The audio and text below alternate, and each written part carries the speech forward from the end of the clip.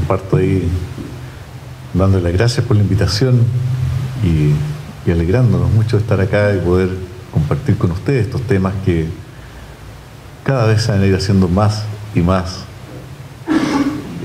potentes, presentes y difíciles en nuestra cultura. Yo creo que el motivo por el cual pusieron este tema en el tapete es la discusión legislativa que hubo recién en Chile respecto a la posibilidad de volver a tener una ley de aborto terapéutico en Chile, ¿correcto? Y eso no fue una improvisación.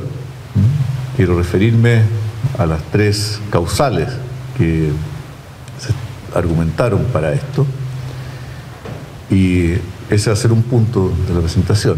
Le decía que esto no es casualidad porque en este momento en el mundo alrededor del 90% de la población vive bajo legislaciones en que el aborto es legal.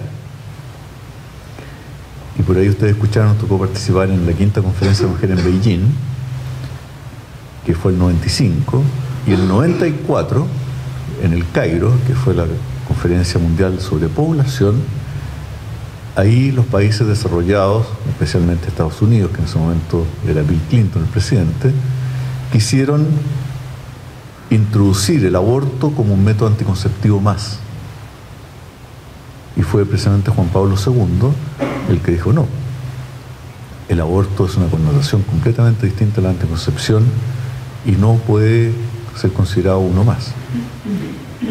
Y el lobby que Juan Pablo II desarrolló y que tuvo eco en el grupo de los países musulmanes, logró que el aborto no se introdujera ampliamente como un arsenal más de la anticoncepción.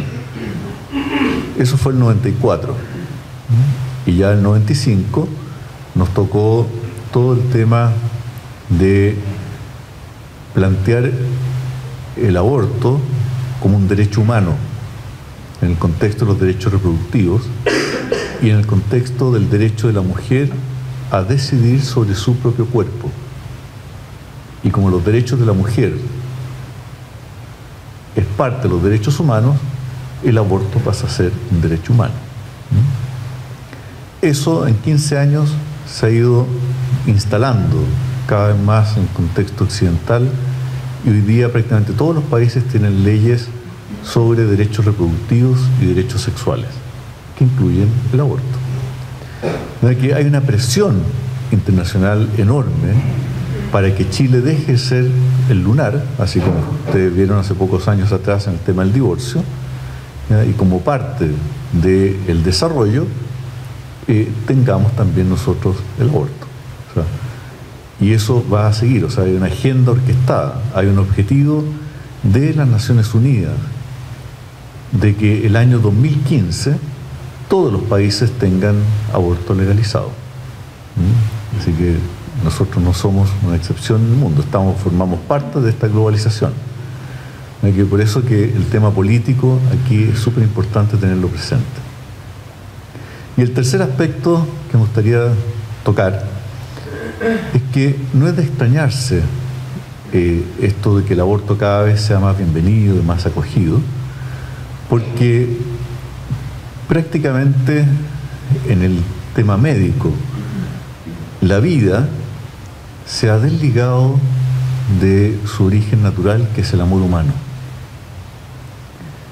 A través de la anticoncepción se puede tener vida sexual, se puede tener comunión personal sin ninguna relación con la vida.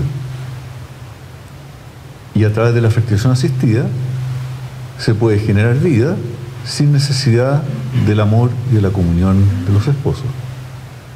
De que esa visión mecánica hoy día forma parte de la cultura, que fundamentalmente estamos en una cultura anticonceptiva en ese sentido, ha desligado completamente la vida del amor.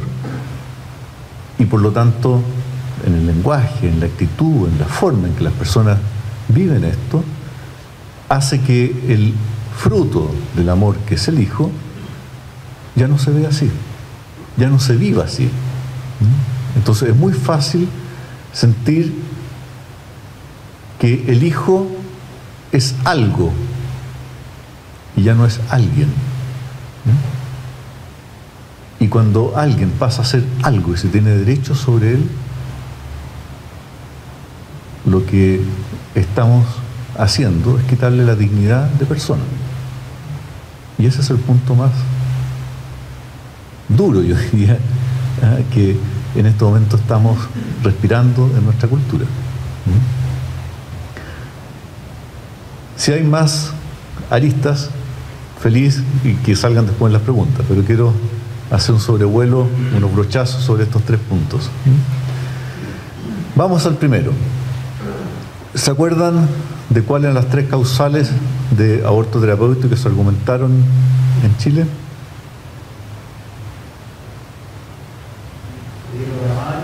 ¿Perdón? Cuando el embarazo pone en peligro vital a la mujer, ¿no es cierto?, a la madre. Cuando el embarazo es el resultado de una violación. Cuando el feto no es viable. Y vamos viéndolo cada uno. El primero,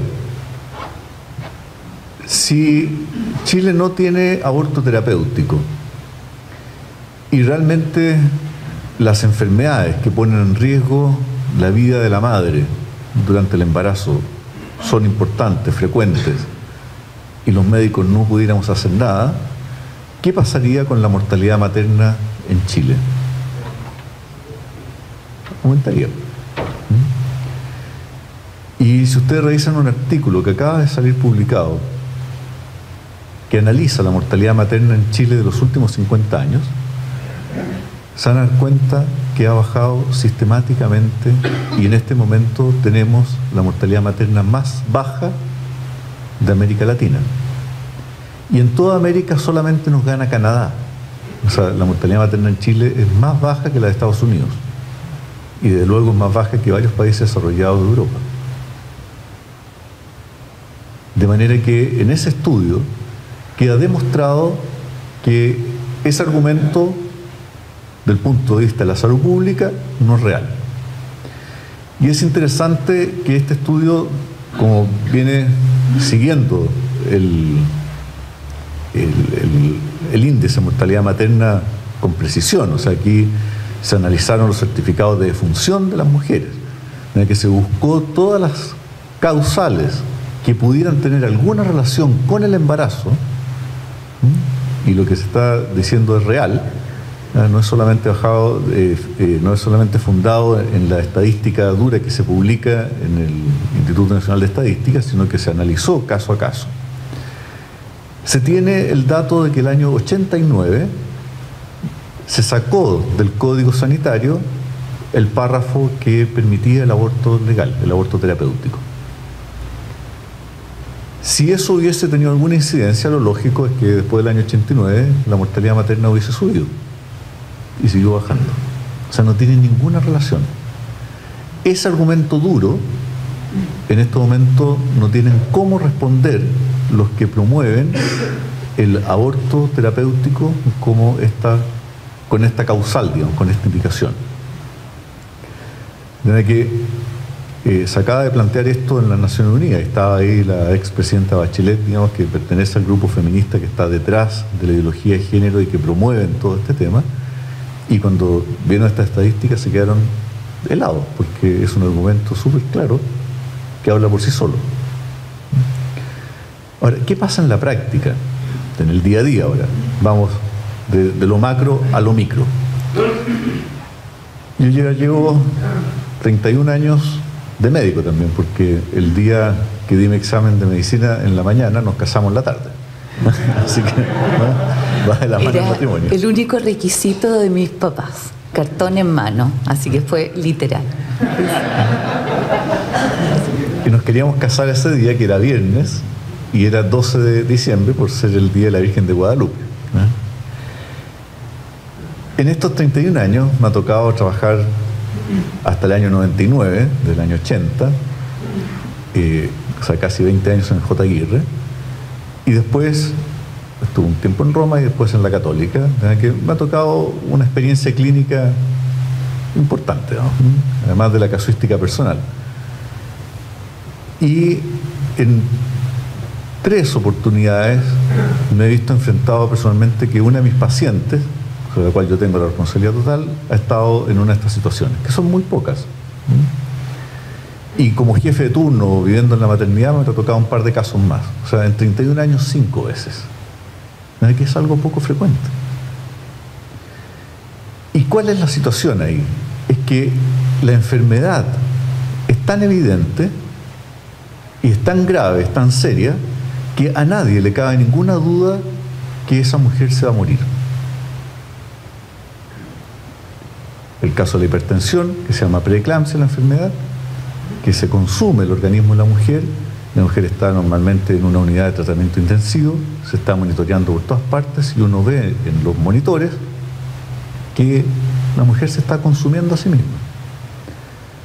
El otro, el caso de la infección intrauterina por un huevo que se rompió, que se infectó, y ahí hay un foco tremendo que la persona se está choqueando y se va a morir. Y los antibióticos ahí no llegan y no puede hacerse nada desde el punto de vista médico. Y hay otros casos por el estilo que son así de graves. De manera que uno como médico, frente a esa situación, ¿qué es lo que tiene que hacer? Tratar la enfermedad.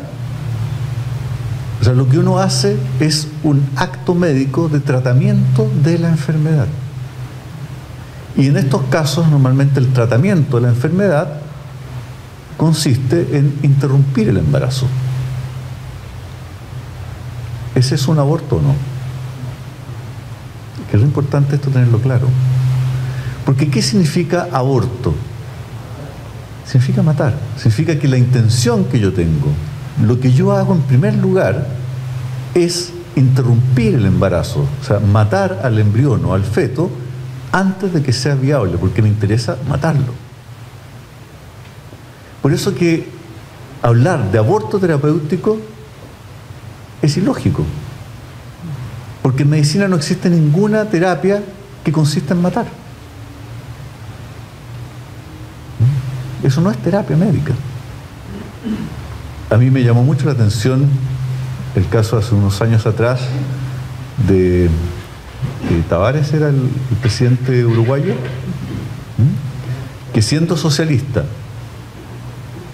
en su periodo de presidente se legalizó el aborto.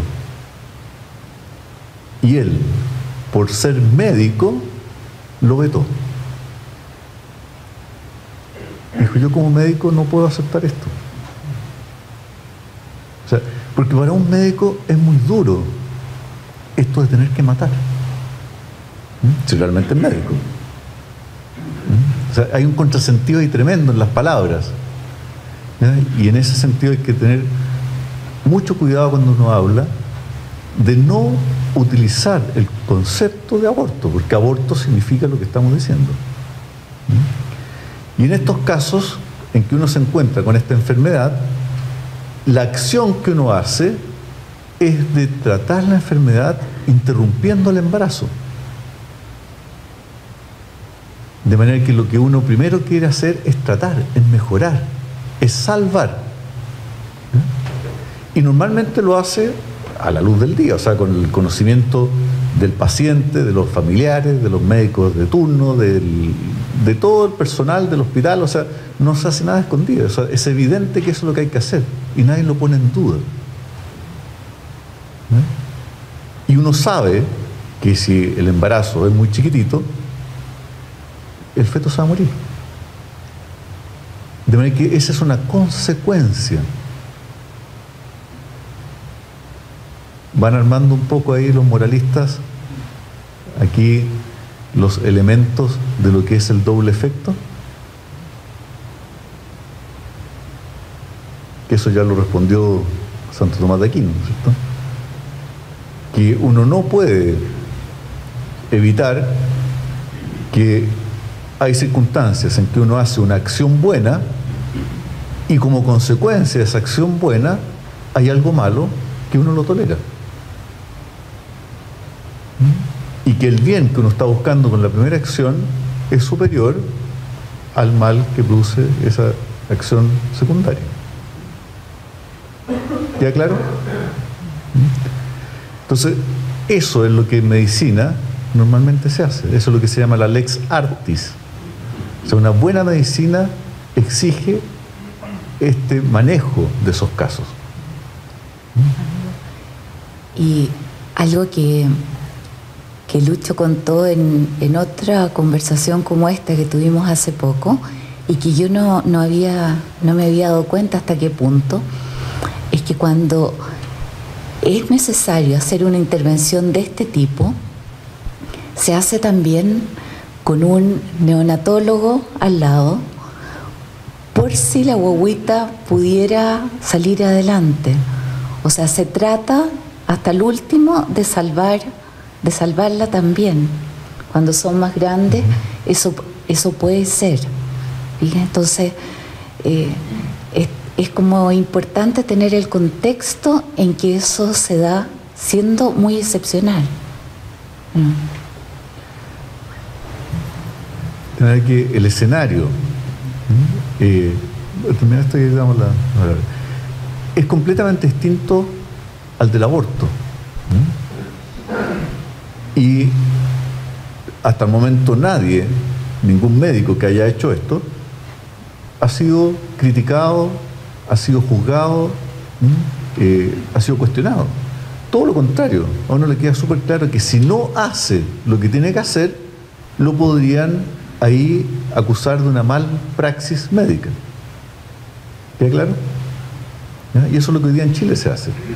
Que en Chile esa causal de aborto no existe. No se necesita una ley de aborto para hacer una buena medicina. ¿Quién quería preguntar? Acá yo tengo, es que no me quedó claro algo que explico.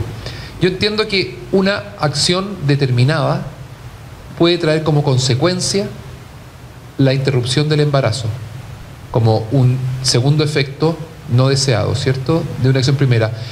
Por eso tal vez yo le pido que si puede poner algún ejemplo de alguna praxis en específico que derive en esto, o lo que está explicando usted es que directamente se interrumpe el embarazo.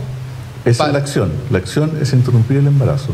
Por ejemplo, una mujer que tiene un embarazo de 23 semanas y que tiene una hipertensión severa, que se llama preeclampsia, que es una hipertensión gatillada por el embarazo, y que no hay tratamiento médico para esa hipertensión.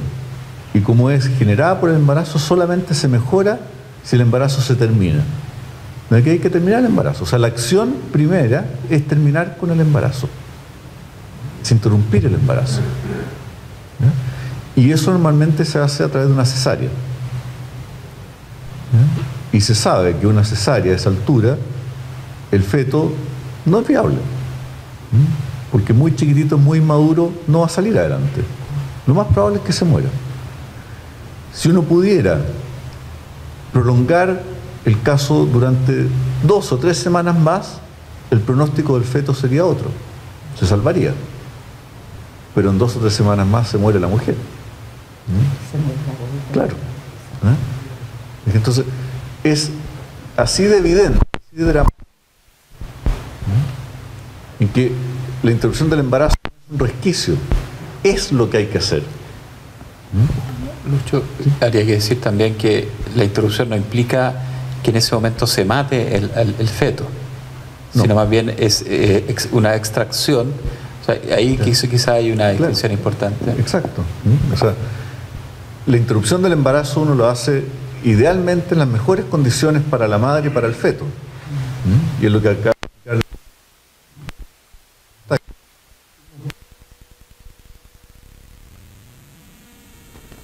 recién nacido y está ahí el neonatólogo y está toda la infraestructura para recibir a ese feto. O sea, que no está la intención de matar el feto. ¿Queda claro ahí? Otro caso, el caso de infección, en que hay que vaciar el útero. O sea, que la acción es vaciar el útero, o sea, es sacar el feto, sacar la placenta, sacar todo lo que hay dentro del útero. Y de repente eso incluso no es suficiente y hay que terminar sacando el útero. Y es tan evidente que hay que hacerlo porque la paciente está con un foco séptico ahí, con infección que no hay otra forma de tratarlo. Y el otro caso es cuando hay un cáncer, porque normalmente el embarazo baja las defensas y el cáncer se incendia. Y hay que tratar el cáncer, y si el cáncer está en los genitales, en el cuello del útero, hay que sacar el útero. Y si el útero está con un embarazo en curso, el embarazo sale junto con el útero. Pero lo que está haciendo es tratar el cáncer. O sea, ¿está claro? La figura, esos son más o menos los tres escenarios, ¿no? Lo más frecuente dentro de lo raro que son estos casos. ¿Sí? Estamos suponiendo que la acción médica tiene como efecto indirecto y no querido la muerte del feto, ¿verdad? Exacto. Lo que pasa es que se me complica un poco, especialmente en el caso en que el tratamiento médico consiste en interrupción del embarazo. Porque el efecto mismo de la interrupción pareciera que fuera la introducción. Es que en todos estos casos es la forma de tratar. O sea, no hay otra forma, no hay otro medicamento, no hay anestésico, no hay otro tipo de cirugía, sino que el tratamiento es interrumpir el embarazo.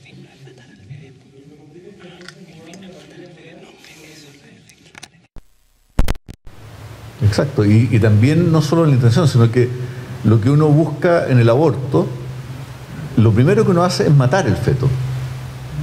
Pues lo sacan. ¿Te deja?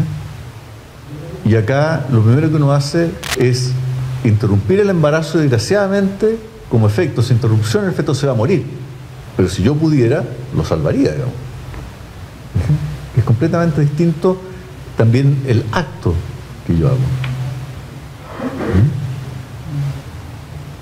Ahora, estoy de acuerdo contigo que también el tema de la intención tiene que ser correcta. Y normalmente esto que te cuento se da en un escenario público, o sea, es una cosa que uno conversa con los familiares. Me ha tocado ese que va al director espiritual, y muchas veces en el J. Aguirre el director espiritual ha sido un pastor evangélico, ¿no? De manera que todos saben qué se está haciendo y por qué se está haciendo. Y a todos les queda claro que es lo único que hay que hacer. No sé si ahí respondo tu pregunta, ¿no? En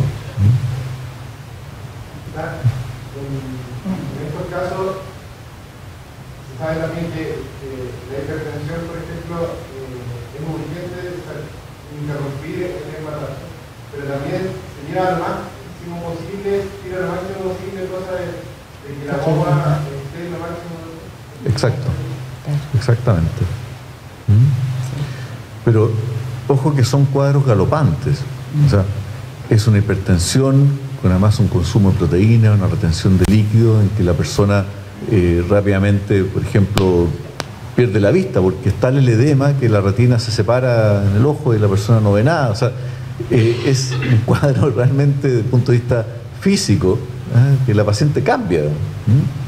O sea, no es una hipertensión como la que uno normalmente conoce del hipertenso crónico. O sea, tiene otros componentes además. Por eso que clínicamente no hay ninguna duda que estamos frente a un cuadro severo. ¿Está claro este primer elemento? Sí. En caso que la paciente se pueda dar médicamente, pero ante la eventualidad que o está la vida de la madre o la vida del hijo en juego, o sea, existe esa posibilidad en que esté la vida de la madre o la vida del hijo en juego y la madre pueda optar por ella morir y el hijo vivir. ¿Cómo el doctor trabaja esa y se da? No, eso se da, de hecho, ¿cómo se llama la santa esta? Pediatra, tenía súper clara la película y ella optó por morir en el parto y que naciera la guagua.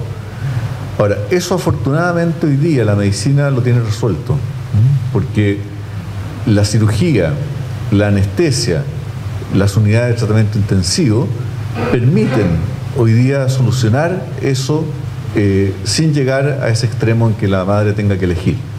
Y claramente, cuando al final hay que elegir entre las dos vidas, lo que ha enseñado la Iglesia, por eso es santa esta mujer, es servir a la vida más débil, que es la vida del hijo, ¿no? Y normalmente la mamá que tiene el corazón bien puesto opta por eso. Pero eso más bien yo diría que hace ya unos 40 años que en medicina no se da. Y es por eso que precisamente se sacó del Código Sanitario ese párrafo que legalizaba el aborto terapéutico. Porque ya no es necesaria esa terapia, ¿no? ¿Sí? Creo que si los argumentos que esos son tan concluyentes y tan claros, ¿cuál es como la bandera de lucha de los que buscan aprobar el aborto terapéutico? Me imagino que ellos expondrán casos traumáticos, no sé, o casos muy especiales, que para esos casos sería salvado si existiera el aborto terapéutico. No sé si me explico. ¿Cuál es la bandera de lucha de ellos para decir necesitamos el aborto terapéutico para salvar a esta mujer y a esta mujer? O sea, la bandera de lucha es lo que acabo de plantear. Y de hecho me ha tocado en mesas redondas con Guido Girardi y compañía que son médicos y saben perfectamente lo que estoy hablando y que eso es así. De manera que lo que hacen es la misma estrategia que nos tocó en Beijing. Buscar 3 o 4 casos emblemáticos y a partir de eso sensibilizar a la población y tratar de obtener la legalización. Y después nadie le importa estos casos. Ya el aborto está dentro. O sea, la intención, y te lo dicen claramente, me tocaban otras mesas redondas con gente que está trabajando en la Universidad de Chile, por ejemplo, la Escuela de Salud Pública, y que plantean de que a ella lo que le interesa es el derecho de la mujer a decidir y que la mujer tenga autonomía, ¿no? Que es hoy día en bioética lo que más importa, ¿no? ¿Y por qué el gobierno va a decidir lo que la mujer puede decidir? ¿No? Y argumenta que en este momento la mujer tiene mucha capacidad de decidir en muchas cosas de salud, son las que cuidan a los adultos mayores, la que cuida a los niños con problemas, ¿y cómo no va a tener la autonomía y la sabiduría para cuidarse a sí misma y por lo tanto ella decidir qué hacer con su vida? Dije, ese es el partido que hay detrás. Que lo que quiero tocar en segunda instancia es el tema político. Que del punto de vista médico, ese argumento es engañoso, ¿no? No se necesita hoy día un aborto terapéutico para salvar a las mujeres. Y las estadísticas en Chile, cuando la realidad de la mortalidad materna lo demuestra. ¿Otra pregunta? ¿Sí?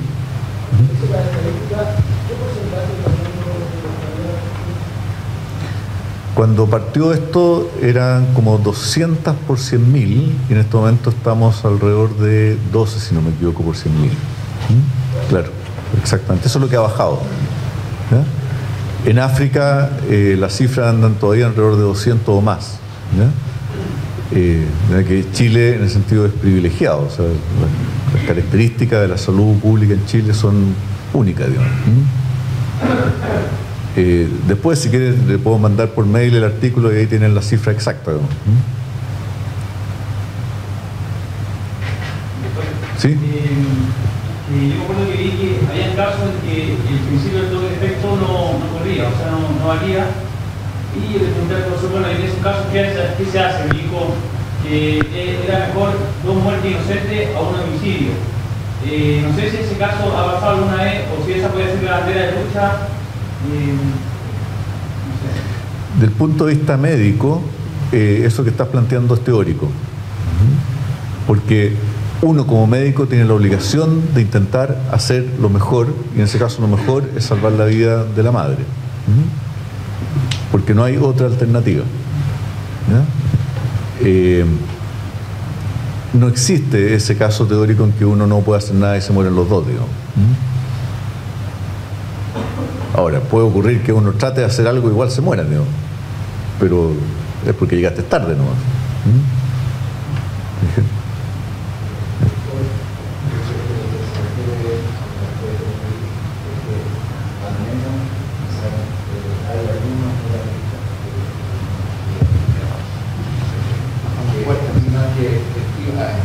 Con respeto lo digo, pero yo creo lo que se refiere el seminarista es que hay algunos moralistas que no están de acuerdo con la valoración, hacer que la intención cambie el objeto. ¿no? O sea, es una cosa debatida a nivel de la moral. Exacto. Y que también tenemos que decirlo porque es también debatido en la Iglesia Católica, ¿no? Es una cosa no zanjada ni siquiera por el magisterio, y que esas opiniones también hay que, como digamos que... No, sí, del punto de vista teórico lo acepto, pero del punto de vista práctico, clínico, cuando tú te encuentras con esto, no hay duda. O sea, como médico, lo que decía el lex artis de la medicina, eso no hay duda. Es lo que se hace, es lo que hay que hacer y nadie lo cuestiona. Porque en teoría todos podemos alegar, todos podemos tener planteamientos y se puede hablar, y con José Joaquín Ugarte han tocado discusiones, ¿no? Pero él no es clínico. O sea, él no se ha visto enfrentado a estos casos, ¿no? Doctor, dado la inviabilidad del embarazo ante una interrupción, ¿se puede prestar esta medida como una medida abortiva en ciertos médicos quizás que la utilicen de esta forma? Si tiene el médico la intención de abortar, de todas maneras. Pero ¿la puede justificar de esa manera, dado que es inviable? No, porque tú no tienes opción por la urgencia del caso. O sea, no hay alternativa. O sea, es tan evidente que esa mujer en 3-4 días se va a morir, o si está en un shock séptico en horas se va a morir, que tú no tienes alternativa. O actúas o se muere. Si un embarazo tubario se rompe, la hemorragia es masiva y en horas se muere. Tienes que actuar. O sea, como médico no tienes alternativa. O sea, no hay ninguna otra intención que salvar a la mujer.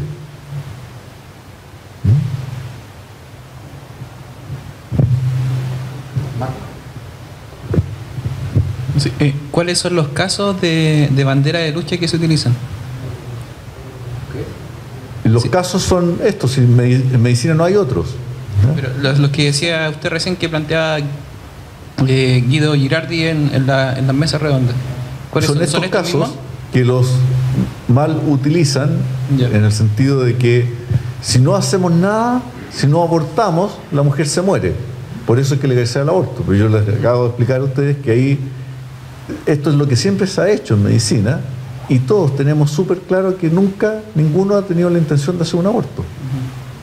Y no es un aborto técnicamente.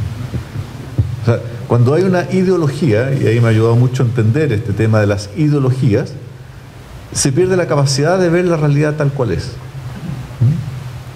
Y se mira a través de un lente que te pone un filtro que no se quiere entender que esto es una buena medicina y que no tiene nada que ver con el aborto, y que no se necesita el aborto para hacer una buena medicina.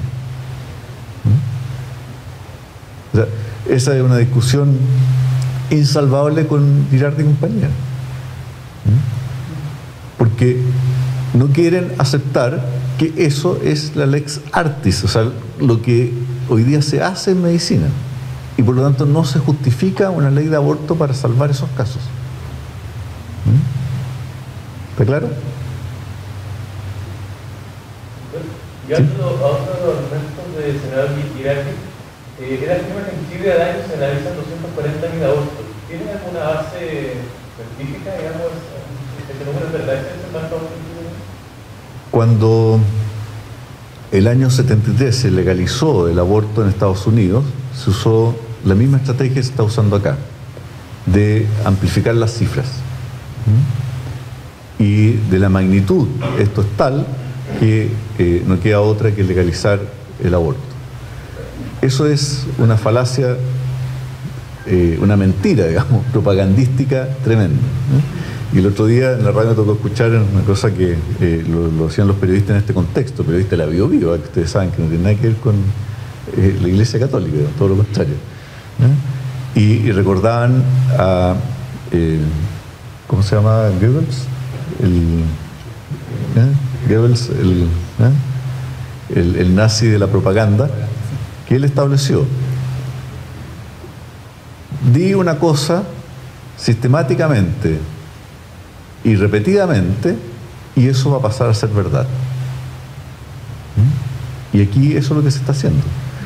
¿Ustedes saben cuántos recién nacidos hay al año en Chile? cifra redonda alrededor de 250.000. Un tercio, no menos, un 15% de los embarazos normales terminan en un aborto espontáneo. Y de esos, una proporción importante, más o menos un 50% por lo menos, tiene que ser sometido a una intervención en el hospital. Y eso queda en las estadísticas que en Chile ustedes pueden ver de egresos hospitalarios por aborto espontáneo.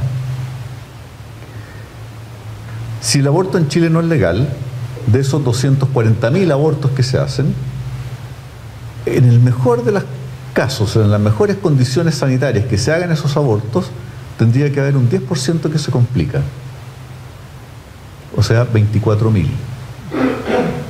¿Correcto? Y eso tendrían que llegar a los hospitales. Y tendría que aparecer en las estadísticas hospitalarias como egreso hospitalario una paciente que estuvo con una complicación de un aborto. Revisen las estadísticas, eso no existe. Y los hospitales tampoco darían abasto. ¿Está claro? Segunda causal. Así. Segunda causal. Tal vez voy a dejar insinuado una cosa muy personal, digamos, en esto de la primera causal, digamos. Y es que en estas mujeres que están en esta situación, ¿qué creen ustedes que harían las mujeres si pudieran salvar el hijo? ¿No es cierto? Bueno, eso es otro parámetro súper importante a tenerlo claro. O sea, no solo el equipo médico, sino que también la mamá misma y la familia de la mamá están en la opción que harían cualquier cosa por salvar el hijo. Aquí hay otro elemento que no tiene nada que ver con la fenomenología del aborto. Segunda causal, los fetos no viables. En Chile se calcula que prácticamente el 98% de los partos son en un ambiente hospitalario, de manera que la cobertura del programa materno-infantil es enorme.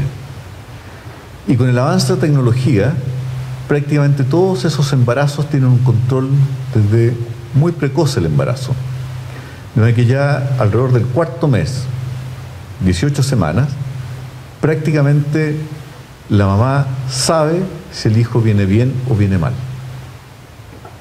Y si hay alguna duda, ese caso va a un centro hospitalario de primer nivel en que se puede hacer una ecografía con mucha resolución y se precisa cuál es el diagnóstico que tiene ese feto.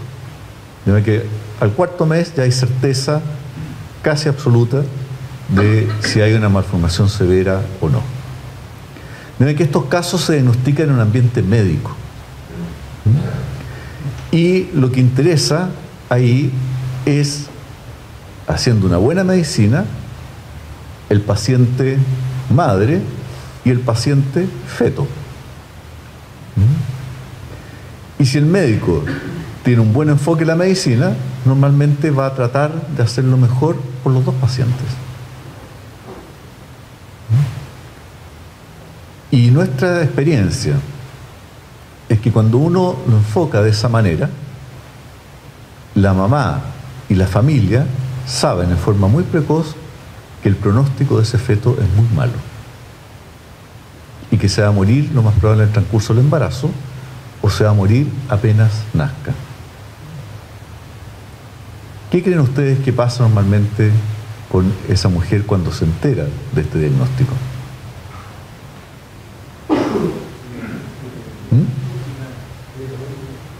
Lo que nos ha tocado ver es que ahí pasa exactamente lo mismo que cuando la mamá tiene un hijo enfermo. ¿A quién atiende más la mamá? Al hijo enfermo. Ustedes, la Pili les contó que estamos en Schoenstatt. Y el padre Kentenich tenía un dicho que en alemán rima, que dice algo así como: hazme un niño raquítico para que mi mamá me quiera más. Y él lo decía en el contexto de su relación con la Virgen María. El hijo enfermo se acapara a la mamá. El hijo enfermo saca lo mejor de la mujer para servir a la vida, para acompañar a la vida, para cuidar a la vida, que es lo propio de la maternidad. Nosotros, los varones, y es una cuestión que yo aprendí en la práctica clínica, hablamos de embarazo. Y le puedo hablar de toda la estadística, complicaciones y problemáticas de los embarazos. Pero para la mujer, ¿qué significa un embarazo? Que está esperando un hijo. Y tiene una relación personal con ese hijo, que es distinta a la que tenemos los varones. Y si ese hijo lo está pasando mal, se la juega más por el hijo, se preocupa más del hijo. Y ahí lo que hemos logrado en la experiencia clínica, y que también hemos implementado en el J. Aguirre, digo hemos porque mi socio lo ha hecho en el J. Aguirre, un proyecto de acompañamiento a estas personas. Y si la mamá sufre, es normal que sufra, y no puede, por su experiencia natural, convivir con el sufrimiento, se le ayuda psicológicamente, se le ayuda espiritualmente, se acompaña, se le dan herramientas para que puedan lograr esto que le estoy diciendo de acompañar al hijo mientras viva, de la mejor forma posible, y saber que lo van a disfrutar mientras está vivo. Y que después apenas nazca, si es que nace vivo, lo van a poder tener unas horas en brazos y punto, se va a morir. Y eso lo saben y lo aceptan y lo viven bien. Y cierran el proceso del hijo que nació y que murió, o que nació muerto. Pero es el hijo. Y se da todo el proceso de acompañar al buen morir, de servir a la vida mientras se pueda, de disfrutar a ese hijo mientras esté vivo. En ese sentido hemos tenido una experiencia riquísima de personas que después ellas mismas se ofrecen para acompañar a otras que se encuentren con la misma situación, porque es una aproximación a este sufrimiento humana, personal, que saca a relucir lo mejor de la mujer, que es la maternidad. Y eso va en la naturaleza de la mujer. No responde a ninguna ideología. No hay que hacerle ningún seminario. Eso sale solo. Eso surge de la vida, del corazón femenino. De manera que, de ese punto de vista, esta segunda causal de aborto terapéutico también es una falacia. En un artículo que escribió Lucho hace un tiempo sobre esto en el Mercurio, lo expresaba así, que es muy verdadero. Como mujer, nosotros podemos vivir con el dolor de haber perdido un hijo, de tener un hijo que no pudo vivir. Pero es muy distinto a vivir con el dolor y la conciencia de haber matado ese hijo, o haber permitido que se lo matara antes de tiempo. Son dolores distintos, y a nosotros, como mujeres, no se nos olvida. O sea, no es borrón y cuenta nueva. Y eso lo hemos visto en pacientes de Lucho, que con toda la pena, con todo el sufrimiento, pero en el fondo queda el recuerdo de habérsela jugado hasta el final y haber establecido esa relación personal con esa guaguita mientras Dios permitió que viviera. Aquí estos casos son un poco más frecuentes. Yo creo que me ha tocado unos 2 al año. En 30 años me han tocado unos 60 casos, ¿no? Y uno está normalmente en un equipo, en el que a nosotros también le ha tocado. Y esto que les cuento es la realidad, ¿no? Y para nosotros eso es verdad, es así. Y tanto es así que en este minuto estamos tratando de adelantarnos, porque esta cuestión del aborto va a seguir y va a venir de nuevo el próximo año con más fuerza. Y es montar un proyecto que pueda poner nuestra experiencia al servicio de todas las personas que lo requieran, ¿ya? Y tener un centro de referencia en Santiago, por ejemplo, en que cualquiera que diagnostique uno de estos fetos inviables pueda mandarlo a un lugar donde se haga un enfoque multidisciplinario de apoyo a estas mamás, a estas familias que tienen este sufrimiento en curso, ¿no? Y eso, si funciona, y si logramos establecer ahí un centro de referencia con un equipo multidisciplinario adecuado, poder después lograr con el gobierno que pasa a ser una patología auge, ¿no? Porque en el fondo todas estas personas tienen ISAPRE o tienen derecho por el GES que cubre el embarazo a un control del embarazo y una atención del parto en un centro médico, ¿no? Y que eso se pueda hacer por un personal que tenga esta visión, esta perspectiva de servir a la vida y más todavía a la vida sufriente y a la vida más débil. Una preguntita. A mí me causó mucha extrañeza escuchar a la ministra del Trabajo, Evelyn Matei, cuando salió la discusión, al decir que un feto que sufre de anencefalia no es vida. No es vida. ¿Podrías referirte un poco a este caso que es considerado un feto inviable? Okay. Se han asimilado los fetos anencefálicos a los pacientes con muerte encefálica. ¿Han escuchado eso? Que en este momento, a raíz de toda la tecnología médica, en el caso de la muerte, puede mantenerse un cuerpo funcionando con la parte corazón y pulmón sin que el cerebro dirija eso. O sea, el cerebro está muerto y la máquina, el respirador, mantiene a la persona funcionando, ¿ya? Y eso es lo que hoy día la medicina ha tratado de diferenciar, en que la muerte es cuando claramente hay un paro cardiorrespiratorio y el organismo ya no funciona como organismo. Pero en estos casos en que hay un respirador funcionando, no se sabe si el cerebro está funcionando o no. Y si el cerebro no funciona, el cerebro está muerto, la persona está muerta. Ya no hay un organismo en que funcione. Es la máquina la que tiene ese cuerpo funcionando. ¿Queda claro eso? Ahora, ¿por qué se tuvo que hacer esta distinción? Porque para hacer un trasplante de corazón tiene que ser de un cuerpo funcionando a otro cuerpo.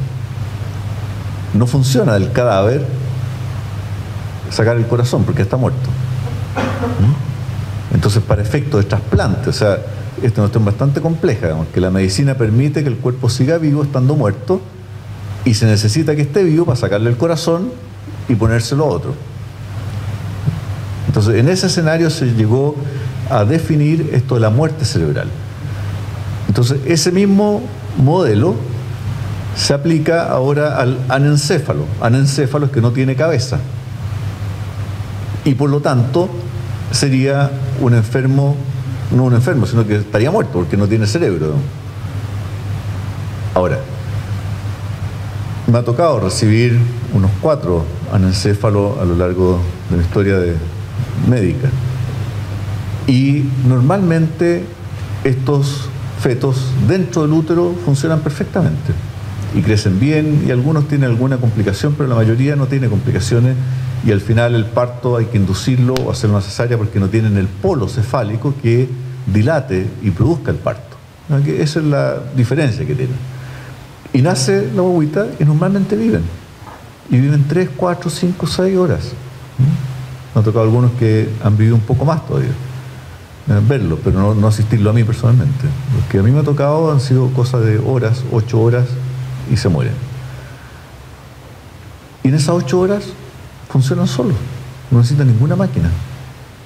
O sea, la base del cerebro que coordina toda la parte automática del cuerpo, la respiración, la deglución y todo eso, está viva, está funcionando. Lo que no tienen es la parte de arriba del cerebro, la materia gris, que tiene otras funciones. De manera que no tiene nada desde el punto de vista neurológico, no tiene ninguna relación con la muerte anencefálica. De manera que eso, en el fondo, es una cosa también más bien de impacto de propaganda o de que se quiere decir algo, pero desde el punto de vista médico, biológico, no hay relación, digamos.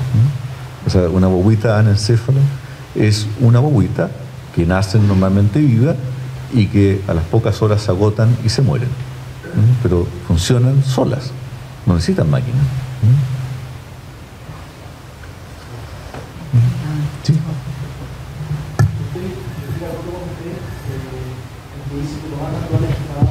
Lo propio de la maternidad, que quiera salvar a su hijo cueste lo que cueste. Pero lo que a mí me llama la atención es que precisamente detrás de los grupos abortistas hay un número muy considerable de mujeres que se agrupan, incluso grupos feministas, etcétera, para poder llevar a cabo este tipo de ideas. Entonces, ¿cómo podemos conjugar estos dos elementos de que una mujer, por su carga que lleva de la maternidad, que implica querer salvar a su hijo, cueste lo que cueste, quiera a la vez también, o haya mujeres y un número considerable que quiera, y está, pero ahí empecinado en que el aborto salga adelante? Tal vez no habrá una crisis de valores en nuestra sociedad que, en definitiva, pone otras cosas antes que la persona, que la maternidad, etcétera. O sea, el hecho de no querer sentir, o sea, no querer pasar por el dolor cueste lo que cueste, o tal vez que el hijo viene a coronar una carrera exitista, como hacer la guinda de la torta en mi vida, y no hacer como lo que significa una persona, o sea, como... Sí, sí. Finalmente la cuestión aquí se ha tornado antropológica. La pregunta era, desde ese punto de vista, lo que planteaba Benjamín, ¿cómo ustedes pueden entrar en el debate cuando las variables son tan fuertes? Porque acá vemos variables médicas, variables políticas, económicas, ¿cierto? Comerciales, no solo económicas, sino que de un comercio impresionante, pero aquí la razón de fondo es una concepción antropológica del valor de la vida humana. Y eso definitivamente no hay una conexión muchas veces con las contrapartes. Entonces, ¿cómo abordan eso? Que se puede ver como una crisis de valores, una crisis de la persona, etcétera. Yo dije tocar tres aspectos. El tercer aspecto apunta a eso, digamos, el valor de la vida y cuándo comienza la vida y qué es lo que es la vida. Pero aquí yo creo que les puede servir, a lo mejor pueden hacer el ejercicio, lo podemos discutir después, de revisar las normas de fertilidad del Ministerio de Salud, que fueron publicadas en el gobierno de la presidenta Bachelet. Y ahí, aquí hay abogados, ¿no es cierto? Se utiliza el concepto de que la principal fuente de inequidad para la mujer, ¿qué es lo que significa inequidad? Pero es una diferencia negativa que se puede, o sea, que es establecida artificialmente, digamos, que es producto del hombre, digamos, o sea, que nosotros la provocamos. La principal fuente de inequidad de la mujer es la maternidad, y de ahí se parte, y de ahí se justifica todo. Nos tocó en Beijing, en que el lema de la conferencia de Beijing era igualdad, desarrollo y paz. ¿Qué significaba igualdad? La igualdad radical del hombre y la mujer. ¿Y cuál es la diferencia radical entre el hombre y la mujer? El único que se ha embarazado es Schwarzenegger, ¿no es cierto? Nosotros jamás nos vamos a embarazar. O sea, la diferencia es la maternidad. Y si la mujer quiere ser igual al hombre, se tiene que sacar la maternidad encima. Y por eso que políticamente, estratégicamente, toda la igualdad se ha fundado en el derecho de la mujer a controlar su fertilidad y a tener derecho sobre su útero. Y hay un tema ideológico, antropológico de fondo. Y yo creo que fundamentalmente ideológico. Ahí parte el tema de la ideología de género. El arma de lucha es los derechos sexuales, los derechos reproductivos. Es el derecho a la anticoncepción, es el derecho a controlar el propio cuerpo, es el derecho a tener el control de todo lo que pase en su cuerpo. A eso súmenle otro concepto en que ya la vida no tiene un valor en sí, sino que la vida tiene valor en tanto cuanto es calidad de vida. Y esta vida que no tiene calidad de vida porque se va a morir, ya no vale. O sea, ese es otro concepto que también se aplica después en la eutanasia. Esta vida que sufre, esta vida que se va a morir igual, ¿para qué seguirla teniendo? Terminémosla aquí. Entonces, ahí hay otro concepto de calidad de vida. Y se olvida de que la vida es un valor en sí independiente de la calidad. Entonces, ahí estoy de acuerdo contigo y nos metemos en el tema de fondo. ¿Cuándo hay vida humana? ¿Qué es lo que es vida humana? Una cultura, una sociedad, en el fondo, se puede medir por cuánto se preocupa por los más débiles.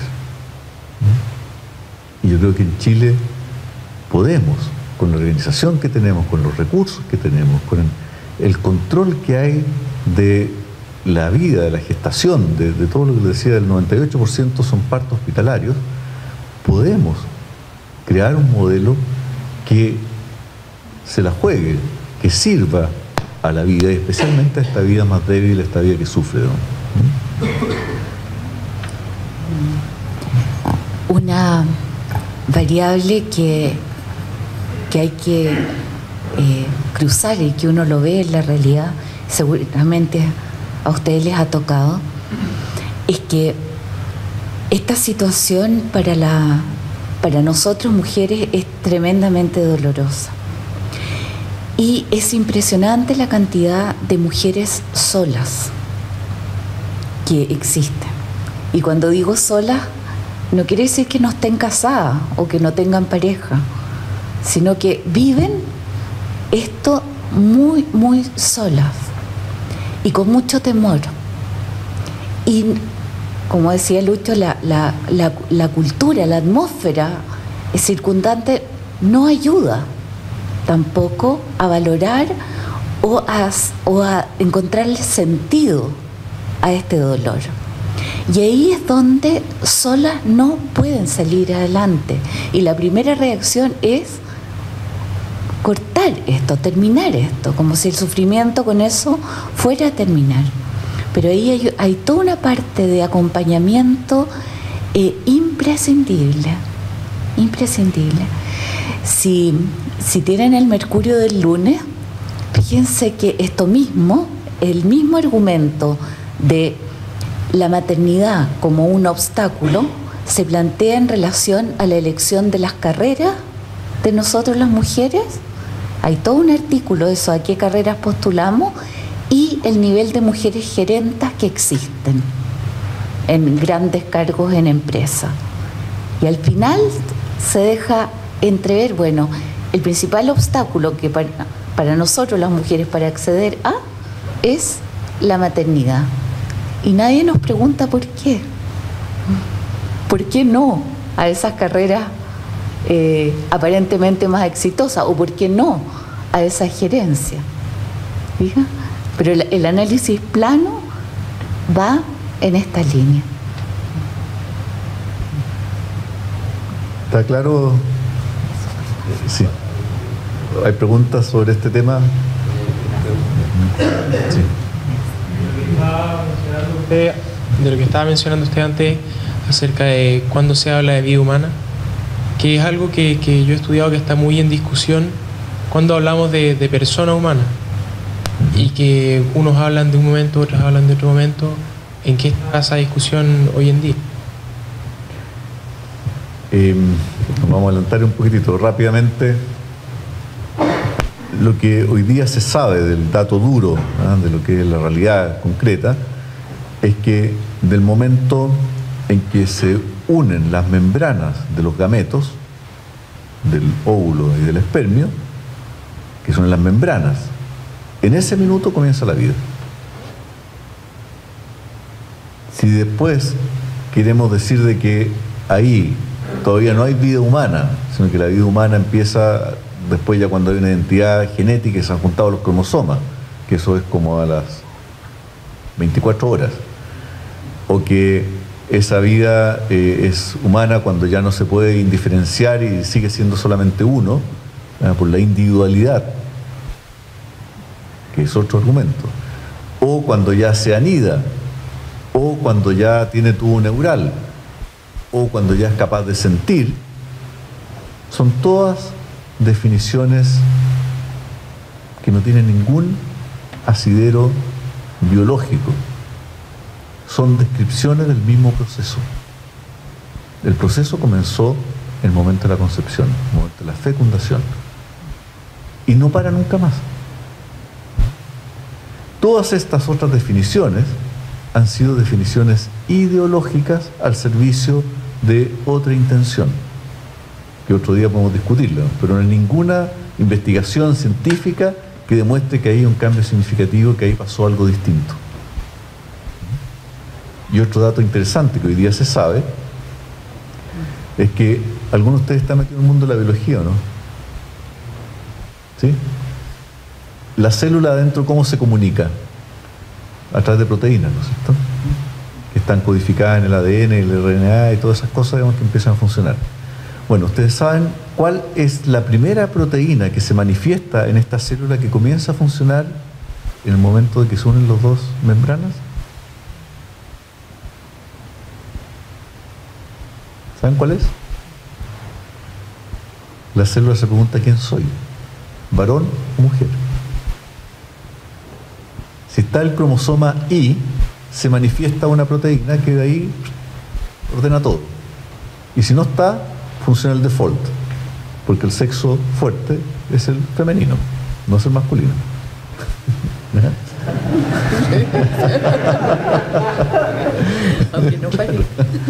Nosotros tenemos algo extra. Es interesante, y eso se lo dejo planteado a toda la discusión que viene después del tema de la identidad sexual y la opción y toda la cosa que hoy día se plantea, que el sexo es cultural y que no es ontológico, no es antropológico, no pertenece a la persona misma. Que a partir de ese momento ya hay vida, y es la misma vida que viene después. Por lo tanto, lo que decía Tertuliano, si ahí no hay vida humana, ¿qué es lo que hay, Dios? Que le reconozcamos el derecho de persona es otro cuento. Para nosotros hay una identidad total entre ser humano y persona. Y yo creo que tenemos que crecer en la medida que vamos mejorando el conocimiento de la vida en sus primeras etapas, a reconocer ahí una persona. Es un ejercicio muy bonito que me tocaba hacer en la consulta, que hace muchos años, al lado de la mesa ginecológica tenemos un ecógrafo. Y ya las mujeres no van a controlarse el embarazo, sino que van a ver a la guagua. Y hoy día uno puede grabar eso incluso en un DVD, y la mujer se va para la casa con el DVD. Y después esos hijos se ven a sí mismos en el DVD. ¿Y qué argumento más fuerte es contra el aborto que reconocerse ahí estoy yo? Y muchas veces los papás ya tienen nombre de la guagua mientras están en gestación y firma ahí la guagua. Que hay una identidad total en que después se ve la guagua a sí mismo. Aquí estoy yo, este fui yo, aquí chiquitito. Que eso es irrefutable, hay un continuo, no hay diferencia en etapas. O sea, la vida es la misma. No sé si con eso respondo a tu pregunta. La última causal y nos vamos, sí. Hemos hecho las preguntas entre medio. Dejamos, no, pero al final quiero decir otra cosilla ahí de la disociación que hoy día existe. La última causal, la del aborto, por una violación. Ustedes saben que la ventana de fertilidad de la mujer son alrededor de 6 días. Que si el coito fecundante es en el primer día de inicio de la ventana, alrededor de un 10% de las mujeres se embarazan. Si el coito fecundante es un momento de máxima fertilidad, o sea, justo en torno a la ovulación, alrededor de, algunos autores hablan de un 40%, otros un 60% se embarazan. De manera que la violación tendría que ser justo en esa ventana de fertilidad para que se produzca el embarazo. Si una mujer está por ovular y tiene un estrés importante hasta la mitad de la fase ya activa de estos 6 días, digamos, los primeros 3 días, normalmente esa ovulación se frena, se inhibe y no se produce. Si el estrés es muy cercano a la ovulación, en que ya está el proceso embalado, sigue adelante, ovula y podría haber embarazo. Les planteo esto para que vean que la posibilidad de que haya un embarazo producto de una violación no es muy alta, pero se da. Normalmente los embarazos producto de violación son esos casos en que la violación es sistemática, en que normalmente la niñita es abusada por alguien de la casa, por alguien cercano. Pero la violación así esporádica, eso es raro que ocurra un embarazo. Ahora, con todo lo que hoy día, si una mujer consulta inmediatamente, se puede evaluar en qué etapa el ciclo está y se puede hacer algo para evitar la ovulación, etc. Todo eso se puede hacer, digamos, de manera que ya antes se puede prevenir que haya embarazo. Pero pongamos el caso que se diagnostica ya después que efectivamente se produjo el embarazo de efecto de esa violación. Hay un estudio que no he podido encontrar, los que lo sacaron de la web, que se hizo hace unos 20 años atrás en Europa, donde el aborto era legal prácticamente en todos los países europeos. Y se hizo un seguimiento de qué pasaba con las mujeres que se encontraban en esta situación de quedar embarazadas producto de una violación. Y estando el aborto legal, la mayoría de estas mujeres no optó por el aborto. Y ahí vino la pregunta ¿por qué? Y la respuesta es la que daba la Pili recién. Y es que la mujer puede vivir con el sufrimiento de ser víctima, de haber sido violada, pero en conciencia no puede vivir con el sufrimiento de ser victimaria, de matar a alguien. Y si tiene alguna duda de esto, creo que hay que meterse en el tema de la conciencia y meterse en lo que hoy día se está descubriendo, que es el síndrome post-aborto. Y son las huellas que deja en la mujer el haberse hecho un aborto. Y que no es inocuo. Y es interesante que esto lo descubrieron los mismos gringos en Estados Unidos, que observan la realidad y que describen la realidad, y se empezaron a encontrar con que había mujeres que tenían un corte en su biografía. Mujeres que se quedaban pegadas en los estudios, que rompían con todo tipo de relaciones, que se iban aislando, que tenían tendencia al suicidio, que tenían una tasa de depresión mayor, etc. Y empezaron a investigar qué pasaba y se encontraron con una concentración muy alta de mujeres que se habían hecho un aborto y cumplían con estas características que estoy diciendo. Y eso hoy día se llama síndrome post-aborto.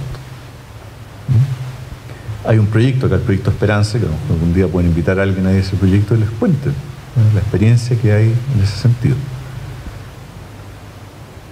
Es más interesante todavía en esta línea que el año 73, el 20 de enero del 73, se legalizó el aborto en Estados Unidos, por este caso emblemático en la Corte Suprema. Y a partir de ahí, todos los 20 de enero en la Casa Blanca hay un acto y que conmemoran esto, no lo celebran, lo conmemoran. Una vez le tocó ir a la Madre Teresa de Calcuta, la invitaron a que hablara ahí a las personalidades del gobierno americano en ese día. Bueno, y otra cosa que hacen los gringos es que todos los años, así como se hizo aquí en Chile la encuesta Bicentenario, que se medía el alma de Chile, ¿no es cierto?, que es lo que piensan los chilenos sobre muchas cosas, todos los años los gringos desde entonces hacen una encuesta a nivel amplio. Los gringos son los expertos en encuestas y todo lo manejan a través de las encuestas, sobre la opinión pública respecto al aborto. El año pasado es primera vez desde entonces que ganó en esta encuesta la alternativa que ve más cosas negativas al aborto que positivas. De manera que ya el sentido común, lo que la gente observa, lo que está evaluando, lo que es la realidad de todos los días, la gente piensa mejor no al aborto. De que eso es lo que está detrás de esto. O sea, la conciencia, este pepito grillo que tenemos adentro, que nos dice haz el bien y evita el mal, el matar para toda cultura, para toda persona, es siempre algo malo. Y cuando yo me veo al final enfrentado a yo tener que matar, ahí esta conciencia aflora. Si yo violo esa orden, eso hace daño. Es un poco lo que está aquí en juego. Y yo creo que ustedes, ahí que van a tener acceso al alma de las personas, y a este espacio privilegiado de la conciencia donde Dios habla en el corazón de cada uno, van a poder tener mucho más experiencia que yo en qué es lo que pasa con las mujeres en este plano. O sea, el aborto no es inocuo. Lo podríamos disfrazar de muchas formas, le podemos poner muchos apellidos, pero el aborto es matar, y eso queda en la conciencia. De manera que no es una solución bajo ningún punto de vista el aborto en estos casos. Y ahí también se da esta posibilidad de acompañar a las mujeres. Hay distintas comunidades religiosas que acogen a estas mujeres. Lo que decía la Pili recién de la soledad es tremenda, y la angustia que eso genera también, y la persona sola de repente hace cosas no queridas, pero no está libre, está bajo angustia, está bajo engaño, está bajo mucha presión, digamos. Y si hay una comunidad que las acoge, que las acepta, que las quiere, que las acompaña, que les da herramientas, salen adelante. Y como médico nos ha tocado muchas veces acompañar a estas distintas fundaciones que acompañan a estas mujeres, y ha sido un trabajo precioso de acompañarle. Algunas han dado después a la guaguita en adopción, y otras se han quedado con la guaguita y han tenido el apoyo de su familia y han salido adelante. De manera que el servir a la vida, en nuestra experiencia, siempre ha sido una cosa posible, y desde luego siempre ha sido muy bueno. Ha sido un regalo. O sea, saca lo mejor de las personas. ¿Preguntas, dudas antes de terminar con el punto final que quiero plantear? Referente a lo que usted decía recién de la problemática que pasa con la mujer que ha abortado, en Chile más o menos, ¿cuánto ha sido el porcentaje de las mujeres que después de haber abortado tienen problemas de suicidio? ¿Hay un porcentaje, hay una estadística de que se ha evaluado? En la corporación, la Fundación Esperanza, que trabaja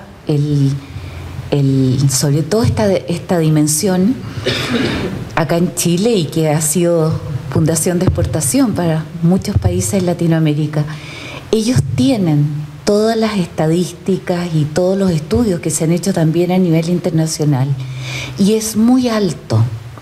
Y eso no nos puede extrañar, porque como les comentaba antes, nosotros las mujeres no podemos hacer borrón y cuenta nueva, y menos con los temas que atañen a la vida.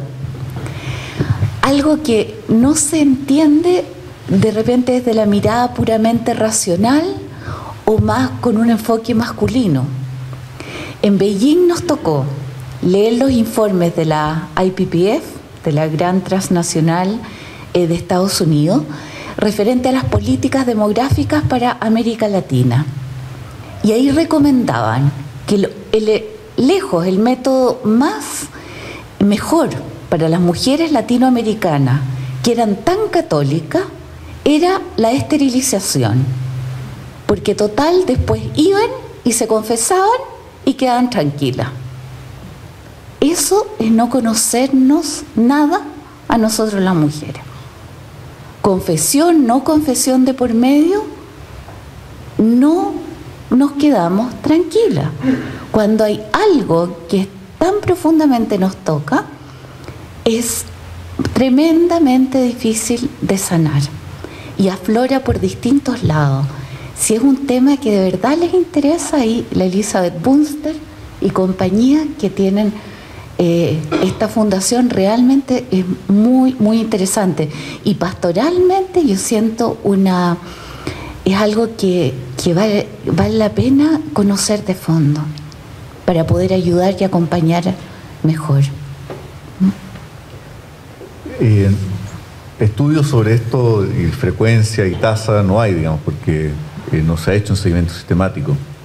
Pero interesante que en Inglaterra, por ejemplo, una práctica médica súper actual, que hoy día se aplica a todos los actos médicos, es una cosa que se llama el consentimiento informado. ¿Han escuchado hablar de eso, cierto? Las personas sepan a lo que se van a someter, por qué se van a someter, cuáles son las alternativas de tratamiento, por qué se opta por eso, qué complicaciones puede tener, qué es lo que va a ganar, etc. O sea, todo eso tiene que responderse y la persona tiene que saber qué es lo que va a hacer. Bueno, en Inglaterra, el consentimiento informado para las mujeres que van a abortar incluye el que la mujer sepa que le puede producir secuelas psicológicas serias. Y eso no es un invento, sino que está basado en las estadísticas que tienen los ingleses.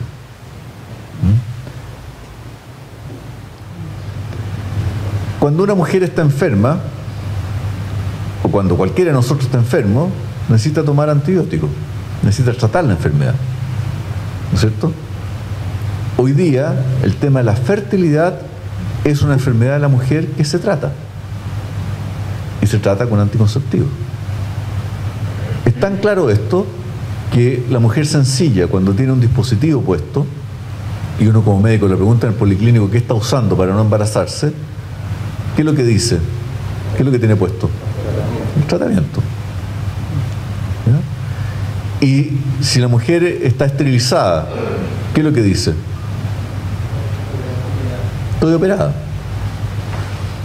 O sea, y la enfermedad es más grave porque tuvo que operarse.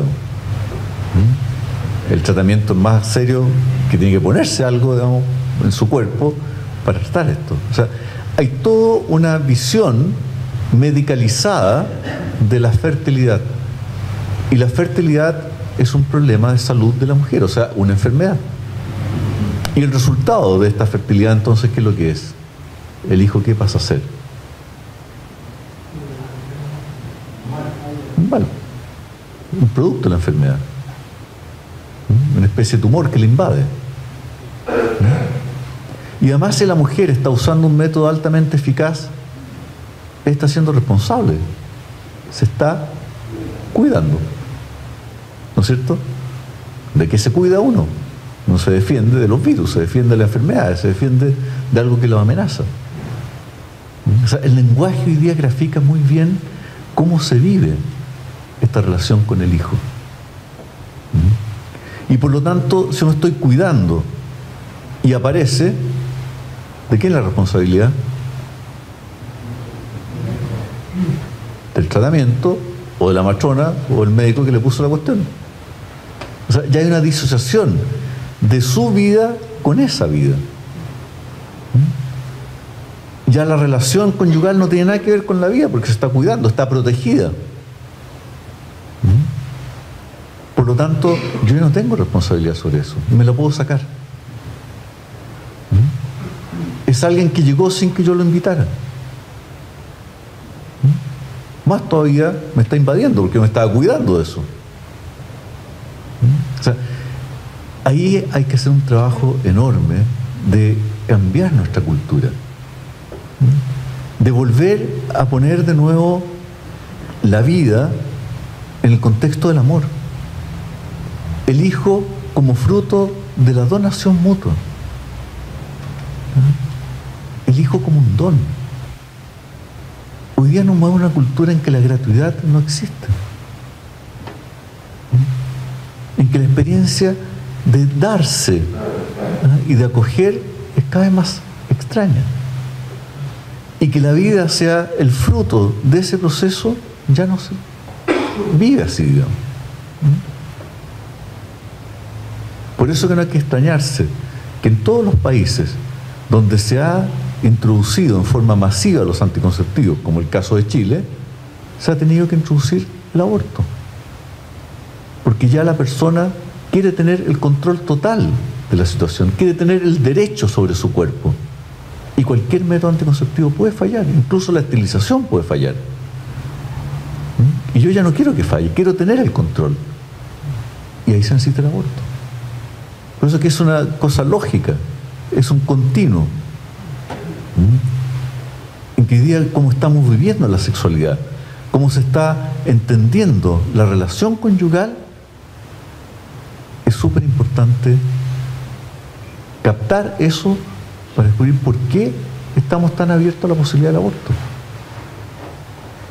No sé si respondo ahí a tu pregunta muy someramente, ¿no?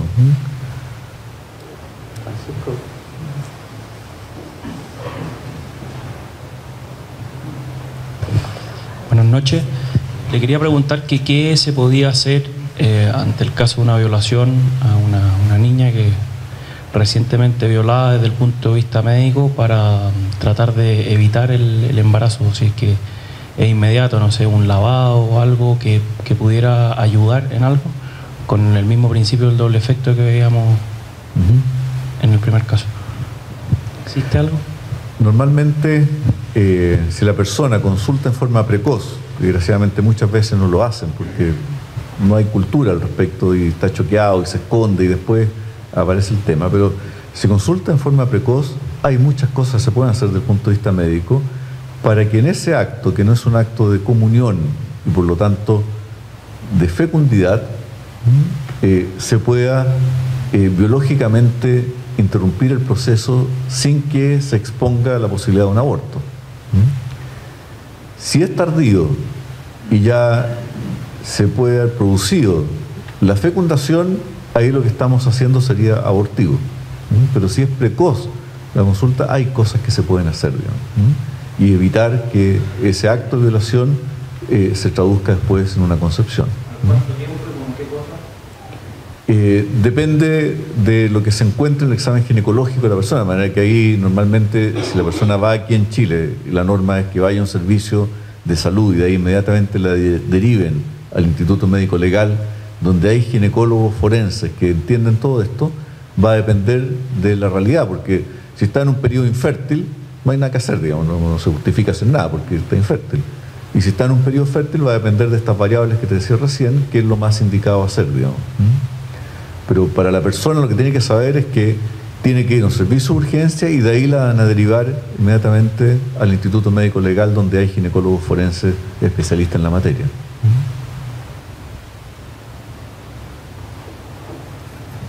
Bien, no sé si hay alguna otra pregunta antes de dar el cierre, Lucho.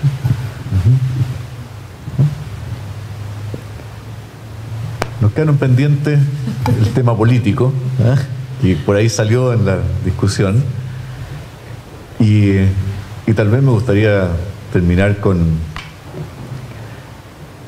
el tema que yo creo que como iglesia podemos hacer ahí un aporte mucho mayor, y que es lo que trató de hacer Juan Pablo II con Evangelium Vitae. Evangelium Vitae, ¿saben qué año fue publicada? 95. Y fue la reflexión que hizo el Papa en conjunto con todos los obispos a raíz de esto que les contaba el 94, del Cairo. O sea, Juan Pablo II tenía la mano en el pulso del tiempo, estaba respondiendo al tiempo. Y él se dio cuenta de esta mentalidad progresiva en nuestra cultura que iba hacia esta legalización, lo que él plantea ahí de legalmente decir que es bueno algo que en sí es malo. Y a eso responde. Y responde en forma magistral, digamos, porque toca todo el tema de la vida. No solo la vida que estamos viendo ahora, del que está por nacer, digamos, del que está en gestación, sino que también toca el tema de la eutanasia, también toca el tema de la pena de muerte. O sea, y se pone en la posición de como iglesia maravillarnos, descubrir el valor extraordinario de la vida como un don, como una manifestación de Dios. Y eso poder regalárselo de nuevo al mundo. Hoy día se ha desacralizado el misterio de la vida. Y yo creo que nosotros podemos devolverle al hombre ese maravillarse con la vida en cualquier circunstancia.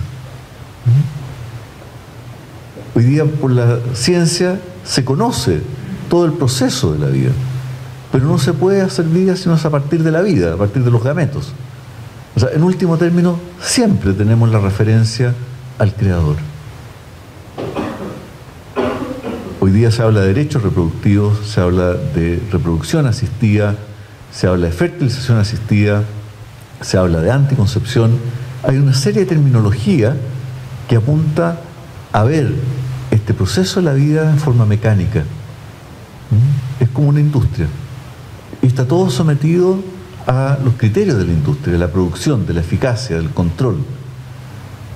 Yo creo que ahí, en Evangelium Vitae, el Papa nos invita a abrirnos de nuevo al misterio de la vida y a ver la vida en el contexto del don, de ese don original que Dios nos amó primero. Y nosotros somos administradores de esa vida. Somos co-creadores. Por eso que en el contexto del lenguaje nuestro hablamos más bien de una procreación, en que a través de nuestro amor colaboramos con Dios en la creación de una persona, no en la producción de una persona. Creo que ahí hay una cosa preciosa que nosotros podemos regalarle de nuevo a la cultura, de encontrarnos con el misterio de la vida en el contexto del misterio del amor, de la gratuidad, del don y en último término de Dios.